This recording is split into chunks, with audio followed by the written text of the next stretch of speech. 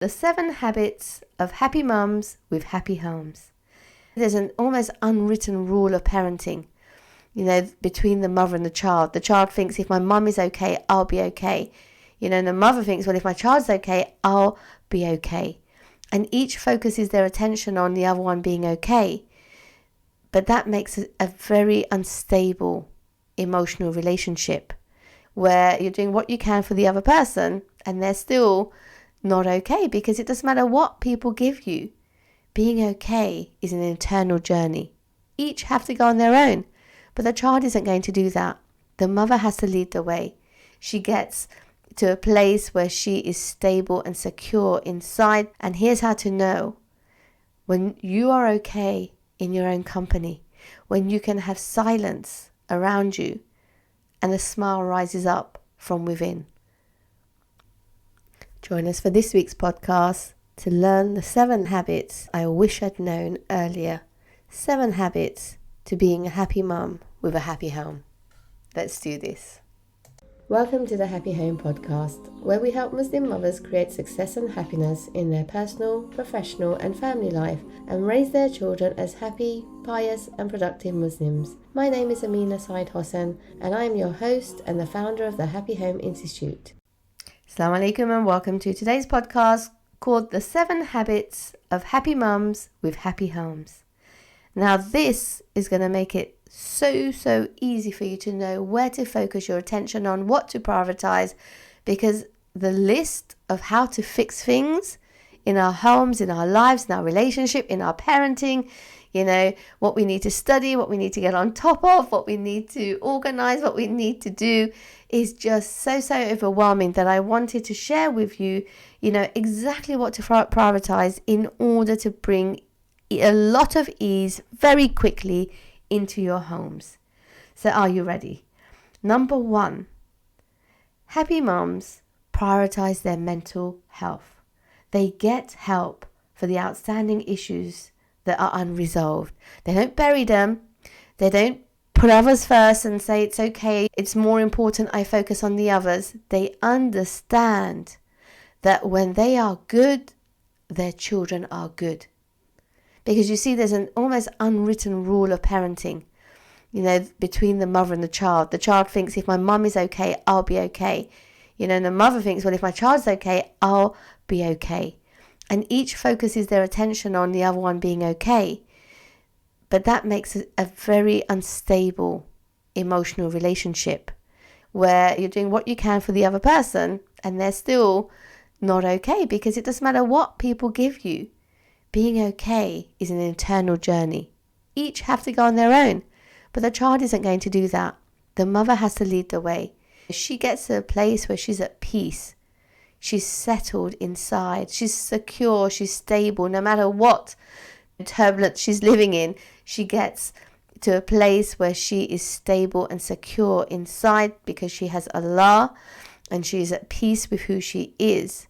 And here's how to know when you are okay in your own company, when you can have silence around you and a smile rises up from within, rather than keeping busy the whole time, always distracted and always on your phone and always something else to think about because you don't like to be alone with your own thoughts. Now, if that's where you're at, then the number 1 thing is to prioritize your mental health, because when you're having a down day, your child picks up on that. They'll be so quick to ask you, Mum, are you okay? Is everything okay? You're not smiling. What's wrong? And children will pick that up even before you pick it up, because they tell themselves, I'll be okay when my mum's okay.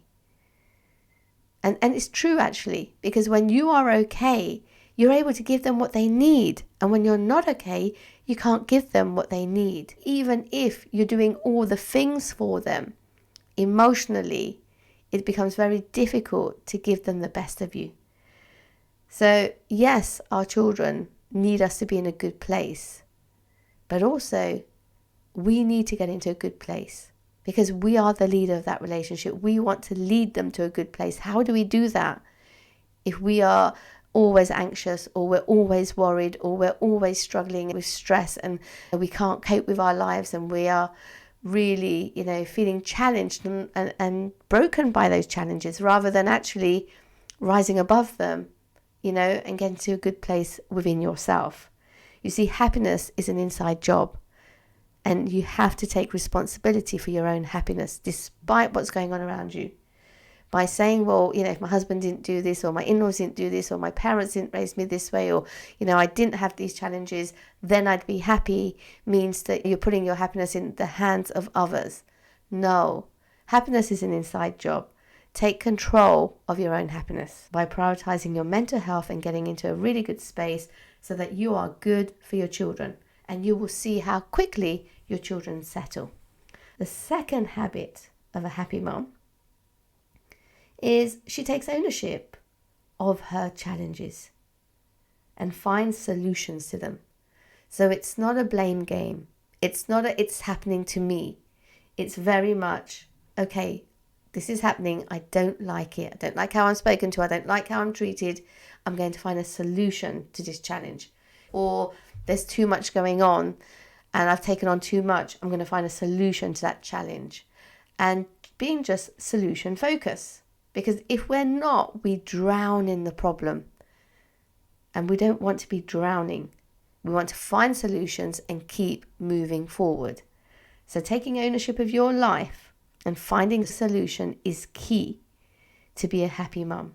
Because then you're not held back and stuck just because of the problems. You found a solution. Number 3, they smile, they show love, they're affectionate, and they are warm to their children. Now, this is really, really important, because when you are happy, when you are loving, that love just ends up having this multiplying effect in your home. Everyone starts being more affectionate and loving towards one another, more kind words, more kindness, when people are upset. It has an amazing impact on your home. It's like you've turned on the lights in the house when you are smiling and showing love and affection. Now, most of the time, we really struggle to smile when we are thinking about the problems we have and, we don't know what to do about them. We feel like we're overwhelmed by them. Or life is too serious. The responsibility of parenting is so important that actually there's nothing to smile about. When we get to that point, we're taking the responsibility of parenting too seriously. Yes, it's a responsibility, but the more focused you are on the responsibility, the less it becomes about your child. Parenting is a relationship. Enjoy that relationship, build that relationship, fill it with love, and you will see completely different children in your home. Number 4, they pause all communication when they are angry. You see, this is when the damage is done. Either by withdrawing or by lashing out. The damage to that relationship is done when you're angry. That's like taking an axe to the relationship, because the hurt, the words, the damage it does really does mean that, you're pushing your loved ones away. So pausing all communication when you're angry, only communicating in a calm and gentle way once you are calm, is a really important habit to develop as a happy mom. Because things will happen. Your children will make mistakes. Things won't go as planned. But you don't have to react immediately. Being in control of your emotions and learning, how to pause is a really important habit. Number 5. Now, this is one for your children. They let their children breathe. They don't try and micromanage their child's life. They facilitate their life. They are facilitators in their child's life. They give them as many choices and options as they want, but they steer them when needed. And they do that gently, lovingly, rather than aggressive leadership. You see, that does not work. It's the difference between allowing your child to steer the, wheel of their life and just gently suggesting they, maybe consider going left or right, but they're not doing that the whole way on the journey. They let their child try things and experience things, and they allow them to make mistakes, small ones, and they try and support them. but they're not so scared that their children feel suffocated, because that's what it is. When we're so scared for our children to make mistakes and suffer in any way or learn the hard way, when we are too scared, we suffocate them. They feel they can't breathe and they just want to get away from us. They feel that we control them too much. We're trying to make them into something they're not, and you'll hear your child say this to you. If you hear these sort of things from your child, then let them breathe. Don't try and micromanage every part of their life. Let them figure a lot of it out with just gentle, reminders here and there, but give them the space to figure it out. Otherwise, they'll want to get far away from you to figure it out. And that means that we're unable to steer them when that happens. Number 6, they think and speak well of their children. Rather than complaining about them to others and, always saying the worst of what they do or thinking the worst of them and fearing that they will have a terrible future, having real anxiety because actually they've made a mistake and they're just going to, ruin their entire future. They're spending too much time on the game. That means they're not going to study for their exam. They end up wasting time and we're looking at them through this lens of dread. That really makes your child feel like you don't believe in them, that they're going to do well. Or you complain about them to others and they think, is that what you really think of me? Is that what you see? Sometimes we don't even know why we complain as women. We're just doing it so that we have conversations sometimes. Or we think that's what is expected. Like you couldn't really say, oh no, alhamdulillah, actually my kids are doing well. I'm proud of them, I'm happy. How often do we say that?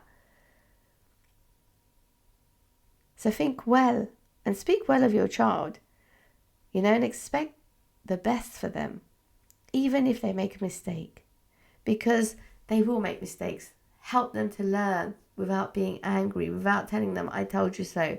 Support them, because your role is to help them learn how to live. And if that's something that you're still struggling with yourself, then when prioritizing your own, issues, is where you take a hold of that, and therefore you can let your child learn, through small lessons in life, steer them, try things, see that it doesn't work, but give them some choice and autonomy over their life. And the final habit of a happy mom with a happy home is, at number 7, they are caring and compassionate even when their child makes a mistake. Now, this is key. Give your child a chance to come back to you. Reassure them that it's going to be okay, rather than making them feel so bad about their mistake that they end up feeling so bad about themselves. They must be such a bad person. This is where the damage to self-esteem happens. So if you're in a situation where your child's made a mistake, being able to actually help them find their way back is an important skill, because we're raising human beings who are trying to figure out life. And we don't want to make it that we're so harsh that they hide their mistakes from us. They don't tell us when they're actually in difficulty. Mothers want their children to come to them, which means don't be harsh, because when we are overly harsh, that's when they lie to us, because they can't take it when we're so harsh. So they lie and they don't tell us the truth, and we don't find out till much later. Whereas we could have helped them earlier on. So if you want your child to feel like you are approachable, then be kind and caring and compassionate when they make a mistake. Compassion, can be there even if you're hurt, even if you're upset, even if you think, but I've told you 100 times, why don't you listen? That isn't going to help you in that moment. It's just going to make your child feel worse. Whereas what they want to do is feel like, and he knows, that I have support when I need support. Isn't that what we would all want? Now I want you to think about your own childhood. And what would have happened if your mother prioritized her mental health and she got to a good place? And if there were problems, instead of panicking or getting swamped, she helped find solutions to her challenges. And you could always count on that love and affection. And she wasn't so angry that you were scared of her. Even if she took time to cool off, she always spoke to you gently. She didn't try and control you. She facilitated you growing up. She raised you to have a good life by allowing you to live. And she always believed in you and always helped you when you made a mistake. What else does anyone want from their mum except that? So when we develop these 7 habits, we will have that happy home. We'll be happy inside. Our hearts will smile. And you can do this no matter what you're challenged with, because the very first thing you focus on is your mental health. Now, you might be thinking, no, it's too difficult. I can't control it when I'm angry. I don't seem to be able to let go of the kids. I can't manage, to stay calm when they made a mistake because I become so worried about what's going to happen. It's too serious for me to smile. If you're listening to this and thinking, that sounds really, really good, I wish I could do it, I just don't know how, then what I want to share with you is one simple how. All of these issues are happening inside of your mind. Learning how to take control of your mind, like I help the clients I work with, allows them to be who they want to be solution focused, to be affectionate, to be calm even though they're angry. It allows you to do that because all of that is happening inside of your mind. Letting go so you can let your child breathe, that's happening inside of you. You see, happiness happens inside of you. Stress happens inside of you. Calm, ease happens inside of us. What we need to do is take control of what's happening inside of us, and then it's so easy to add on these additional things. So yes, there are 7 habits to develop, but actually what I want you to walk away with is one to-do list. Learn to take control of your mind so that actually you can create the results you want to create in your parenting, in your life. You can be the person you want to be. You can bring out the best in everyone around you. It starts with taking control of your mind. And once you do, the rest becomes very easy to implement one by one. It almost just happens naturally. So yes, you've got 7 habits there, but take away one thing to focus on. Learning to take control of your thoughts and feelings so that you are not sabotaging your life. And if you're listening to this and you're ready to come and get some help with managing your mind, and you know now this is the place to start, you're ready to take action, because actually you've got a pathway. Then the next step is to book a sales consultation with me. We'll have a chat one-to-one where you can tell me what you're struggling with, and I can let you know how coaching with me would work and how I can help you. And the rest is just history, inshallah. From that moment on, everything just gets easier. So come and get some help. If you're ready, book a call. The link is below. We'll leave it there. Subhanakallahumma wa bihamdik. Ashhadu la ilaha illa ant astaghfiruka wa atubu ilaik. Assalamu alaikum, my sisters.